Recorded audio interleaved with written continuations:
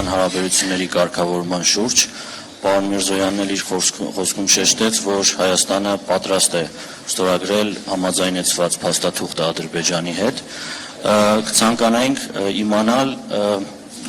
թե որքանով է կարևորվում Եվրոպական միության կողմից այդ փաստաթղթի շուտապույտ ստորագրումը, դրա անհրաժեշտությունը եւ արդյոք այդ հարցը բարձրաձայնվել է ձեր կողմից Բաքու կատարած այցի շրջանակներում։ Եվ մյուս հարցը, պարոն Միրզոյան, ձեզ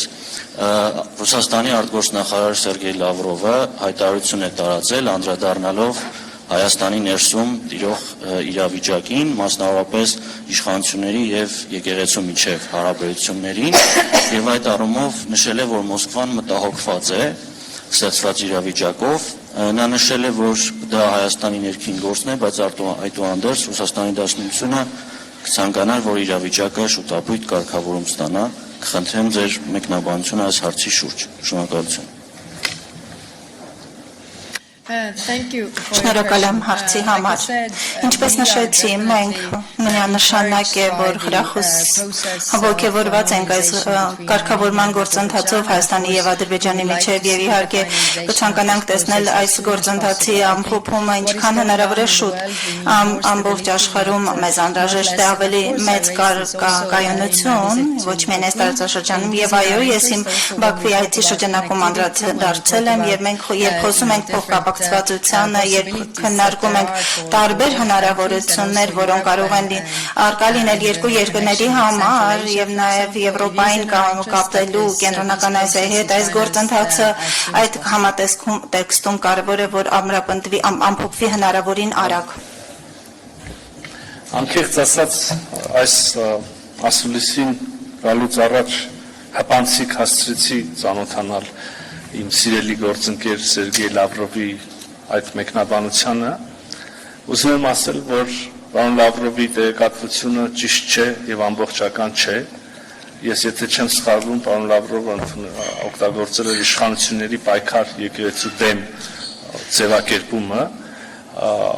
կրկին պարոն Լավրովի տեղեկատվությունը բոլորովին չի համապատասխանում իրականությանը, Հայաստանում չկա իշխանությունների պայքար եկեղեցու դեմ,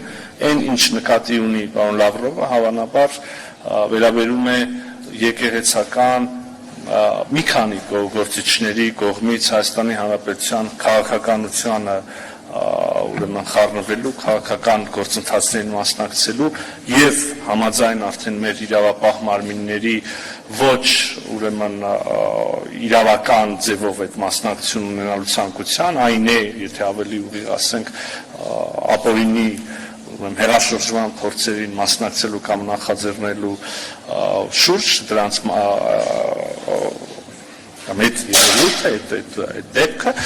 եւ կրկին ուզում եմ ընդգծել, սա իրավական պրոցես է եւ սա Հայաստանի Հանրապետության ներքին գործն է, ինչպես դուք մեջբերեցիք իրավացիորեն, պարոն Լավրովը ավելի լավ է չխառնվի Հայաստանի Հանրապետության ներքին գործերին եւ ներքին քաղաքականությանը։ Կուզեի օգտվել առիթից եւ նույն կոչը անել նաեւ պարոն Լավրովի ռուսական խորհրդարանական գործընկերներին, մեդիա գործընկերներին։